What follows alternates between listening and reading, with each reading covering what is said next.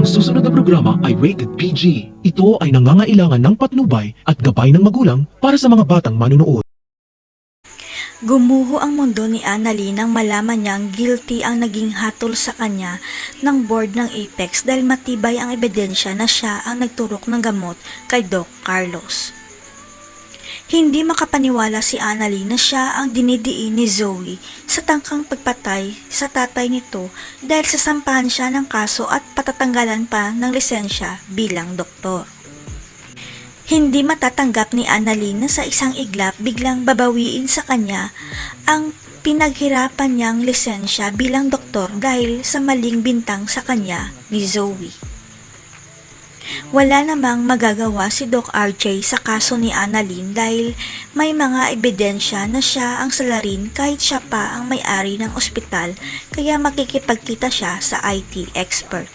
Malakas talaga ang kutob ni Doc RJ na tinampered ang CCTV footage sa kwarto ni Doc Carlos at ang IT expert niyang kaibigan ang makakadiskubre ng binurang footage. Pero mukhang matatagalan ang pagdiskubre ng naburang footage at desperado na si Lynette na matulungan si Annalyn kaya pakikiusapan niya si Zoe na iatras ang kaso. Hanggang sa kumalat ang balita na pagdiin kay Annalyn sa kasong hindi naman niya ginawa at makakarating ang nakakaalarmang balita sa hitman ni Moira na si Gilbert.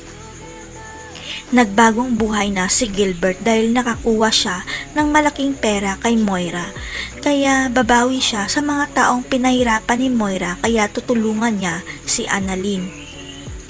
Walang kamalay-malay si Moira at Zoe na may hawak na alas si Gilbert laban sa kanila dahil alam ni Gilbert na si Zoe ang pumatay kay Lolo Pepe at si Morgana ay si Moira.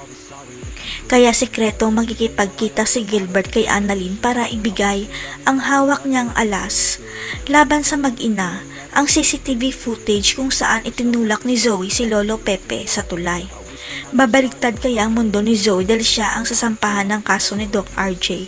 Si Gilbert kaya maglalantad ng katotohanan dahil isa rin siyang tanyag. Abangan.